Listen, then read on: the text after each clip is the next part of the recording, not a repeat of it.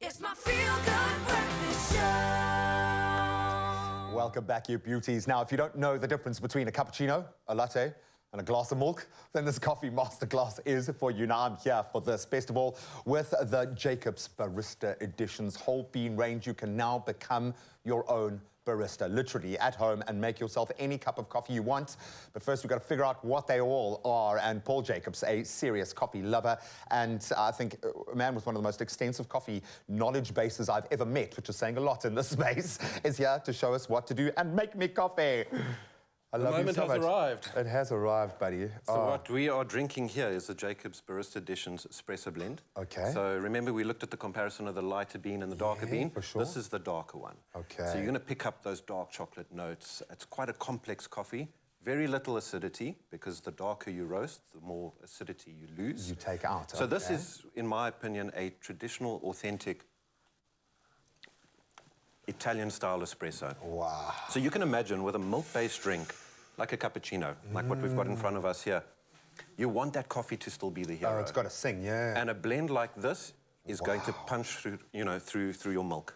This can turn. It's going to turn me into a coffee snob. You know that, because now I'm going to be talking about things like a connoisseur. Yeah, well, it really does. Yeah, but that's exactly it. There are elements here.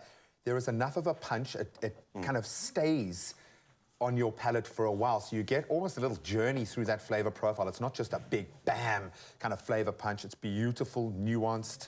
Even the texture, that, would you call it the crema in this case? Yeah, so that's your creme on top of an espresso. So, you know, when it comes to sort of identifying a good coffee versus a bad coffee, first thing you want to look at in espresso drinks is that crema. You want to see crema. If you go to a restaurant and order an espresso and they serve you a little black cup of coffee, send it back. Don't drink it. It's tired, man. You want that crema. 100%. And when milk-based drinks, you want that micro-textured foam. Okay, speaking of which, let's walk through kind of the holy trinity of the milk-based drinks. I know we've gone a lot further than this now, but talk me through the differences between a cappuccino, a flat white, which is probably my favorite, and a latte. Sure. All right, so cappuccino, first and foremost, has been around for many years. Originated in Italy.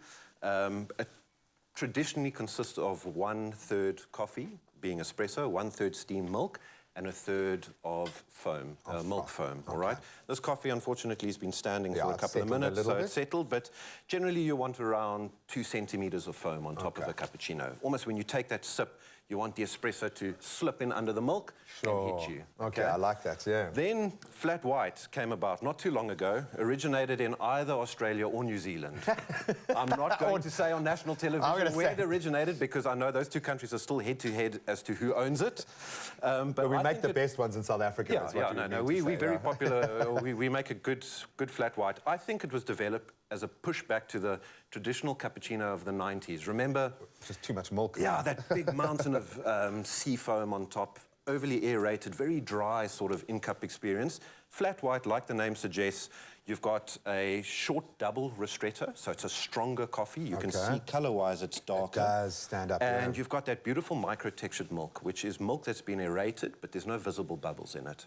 Okay. And that's the type of milk you'd use for latte art and things like that. Sure. So, yeah, short double espresso, topped up with micro-textured milk. It's going to give you more of a kick versus your traditional cappuccino. And then the milkshake. Yeah, then the milkshake. So latte in Italian means milk. So if you go to Italy and you order a latte, 10 to 1, they're going to serve you a cup of milk. Yeah, they laugh in your face. Yeah. So this is a cafe latte, which coffee, milk, and all it is a single espresso topped up with micro-textured milk. Very much the same type of milk we would use for a flat white. But you've got more milk.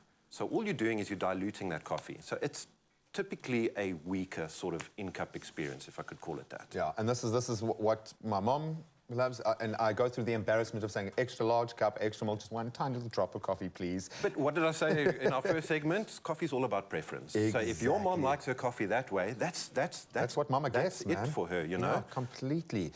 This is amazing. I think I'm beginning to understand why I like what I like now.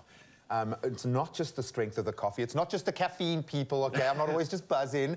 But there are nuances to how we deliver that flavor and that texture and that experience That is where the light and shade exists.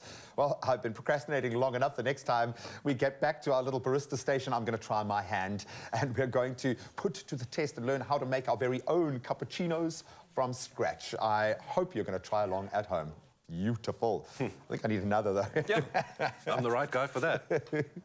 With JACOBS Barista Editions, every bean, every roast, every cup is in a class of its own.